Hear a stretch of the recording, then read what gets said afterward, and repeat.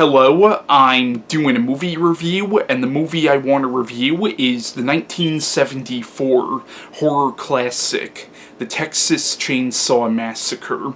Now, The Texas Chainsaw Massacre is arguably one of the most revolutionary horror films ever made. Now, this came out right after The Exorcist, which was also a very revolutionary horror film as well. Like, both this and The Exorcist are credited as being the horror films that came out in the early 70s that really did kind of revolutionize the entire horror genre. Like, if I were to name the four most influential horror films to come out in the 1970s, I would say it would be The Exorcist, this movie, Jaws, and Halloween. Now, The Texas Chainsaw Massacre is directed by Tobe Hooper, and the screenplay for the movie is written by Tobe Hooper and Kim Henkel. Now, the plot of The Texas Chainsaw Massacre is, it's about this young woman named Sally who's in like her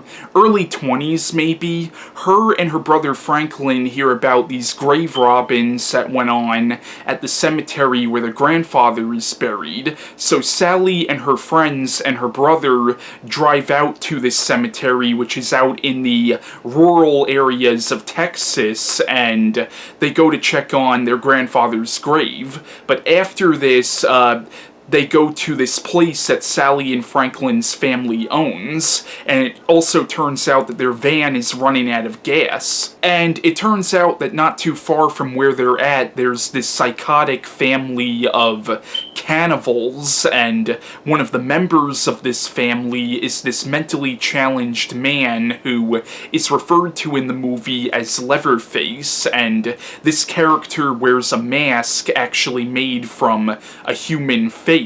And long story short, this man named Leatherface starts killing off each of these young adults one by one. Now, The Texas Chainsaw Massacre is definitely a horror classic, and a lot of people, they kind of look back on this movie as being almost like an over-the-top gore fest, but it really isn't. Actually, there's hardly any gore in the movie. The movie is actually a lot more psychological and a lot more creepy and disturbing than I think people really remember it for. And just watching the movie, you get almost a feeling of dread just watching it, and you get a very almost uncomfortable, unsettling feeling from watching the film.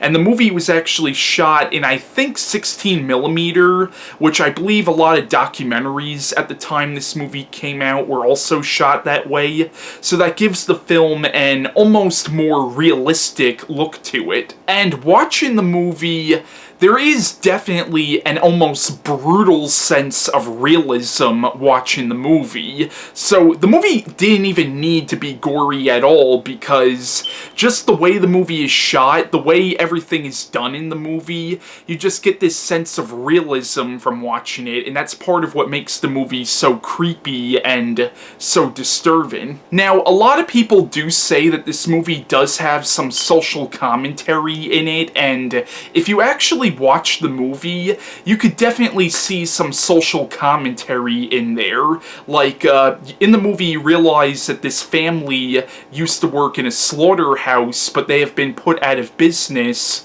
because the technology they were using in the slaughterhouse was obsolete, and you find this out in the beginning of the movie when the main characters pick up this hitchhiker who you eventually find out was a member of this family, and the hitchhiker was talking about how his family has been put out of business and all that because the stuff they were working with was considered to be obsolete. So you almost get the idea that maybe the reason this family is as crazy as they are is because of how poverty-stricken they are, because of the fact that they were put out of business. But I personally think this family was probably just as crazy even before that happened, but possibly the fact that they were put out of business made them even more crazy. Now, one of the creepiest things about this movie to me is the fact that by the time the character of Sally, who is arguably the main character of the movie, by the time she actually finds out what's going on, all her friends are already dead at that point. So by the time she actually finds out what's going on, it really is already too late. And that's the thing about this movie that really does kind of get to me. Like, to me, one of the creepiest parts of this movie is actually the part of the movie where Sally and her brother Franklin are out by the van, and it's nighttime, and they're wondering where their friends are at, and they're honking the horn. Now, you as the audience member, you know what happened to their friends, but Sally and Franklin don't know this, and I found that to actually be the creepiest scene of the movie, is the fact that you know that Sally and Franklin are pretty much fucked, and all their friends are already dead at that point, but they don't know it yet.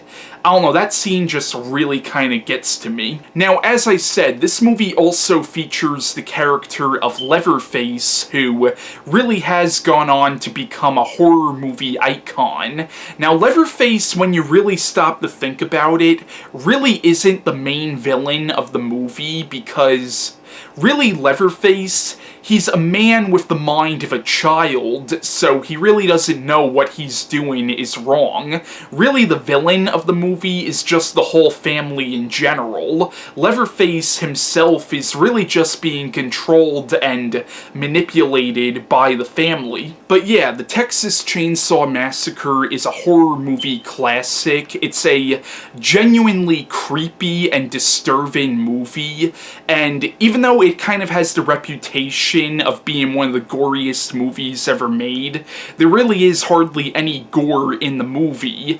Once again, the movie is a much more psychological film than people really give it credit for. A bit of trivia about this movie: Tobe Hooper originally wanted a PG rating for this movie, and was shocked when the MPAA actually came back with an X rating for this movie. He eventually cut it down to an R rating, but that's kind of interesting that he originally wanted this movie to be rated PG. And also, keep in mind, back in the 1970s, PG-13 didn't exist yet. It was either G, PG, R, or X. But yeah, the Texas Chainsaw Massacre is also almost a mandatory film to see if you're a horror fan. And even if you don't like the movie at all, it's one of those movies that, even if you don't like it, you do kind of have to respect the movie because of how much this movie did for the horror genre. Now, when this movie came out, I think it was promoted as being based on a true story, when it really wasn't. Now, the crimes of the family in this movie were loosely inspired by the crimes of Wisconsin murderer Ed Gein. Now, Ed Gein was a man who lived in Wisconsin back in the 1950s, and he dug up a lot of graves, and a lot of people remember him for being a serial killer, but he really wasn't a serial killer. He's confirmed to have only killed 2 people, but the crimes of the family in this movie, once again, were loosely inspired by the crimes of Ed Gein. Now, Tobe Hooper, who directed this movie, he would go on to direct movies like Eaten Alive and The Funhouse and Poltergeist, and he also directed the movie Salem's Lot, which of course was based on the Stephen King novel, and unfortunately, a lot of Tobe Hooper's more recent works really haven't been that well received. Now, the most recent thing I saw from Tobe Hooper was that movie Mortuary, which I remember that movie started out really good, but it kind of fell apart by the last act of it, and the most recent movie that he directed, I believe, was that movie Jinn, which I remember seeing previews for that movie, and you would think to promote the movie they would have said from Tobe Hooper, but I don't remember Tobe Hooper's name ever being mentioned in the preview previews for that movie, and that movie, Jin, really did just kind of come and go. Now, I actually met Tobe Hooper a couple of years ago at a horror convention. It was actually the Fangoria Weekend of Horrors, and I actually have a poster signed by Tobe Hooper. Now, this movie had a sequel made to it in 1986 called The Texas Chainsaw Massacre 2. Then in 1990, you had Leatherface, The Texas Chainsaw Massacre 3. Then in 1994, you had The Texas Chainsaw Massacre The Next Generation. Then in 2003, you had a remake of The Texas Chainsaw Massacre. And then in 2006, you had The Texas Chainsaw Massacre The Beginning, which was a prequel to the remake, and then in 2013 you had the film Texas Chainsaw, which was actually a direct sequel to the original film. And aside from all the sequels that this movie spawned, there were also comic book series written which were based on the Texas Chainsaw Massacre as well. So yeah, that's my review on the Texas Chainsaw Massacre, and bye.